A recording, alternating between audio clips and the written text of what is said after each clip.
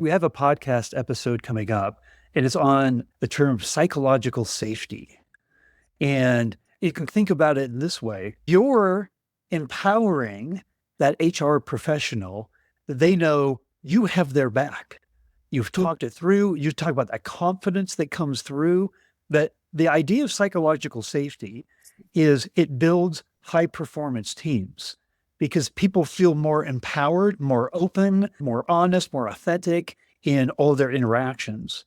And so what you're doing there is building a high performance HR team by having such a strong collaboration with legal.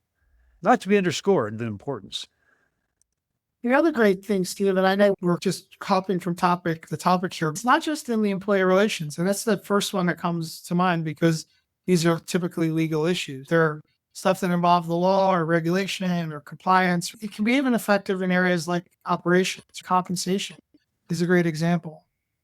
With you and I, I've talked a little bit about there's nothing more powerful than a general counsel who knows everybody's compensation. Because if the general counsel has all of the background, that knows all the compensation, they can give such great advice to the compensation team about how to structure the compensation pay grades and the bands, and then when to make exceptions on compensation and when not to make exceptions on compensation.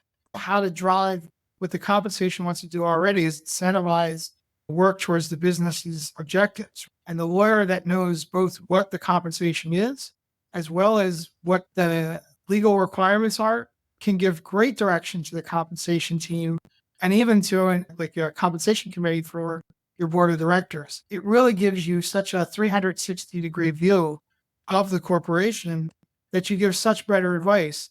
A lot of times what I've seen is the general counsel only gets involved when there's a specific compensation issue. They don't know the compensation, and some companies don't, for lack of a better term, don't trust the general counsel to know everybody's specific compensation. And so the comp team feels that they have to keep it secret from the general counsel at some point because unless there's a legal issue, they don't need to know everybody's raises or their bonus percentages are.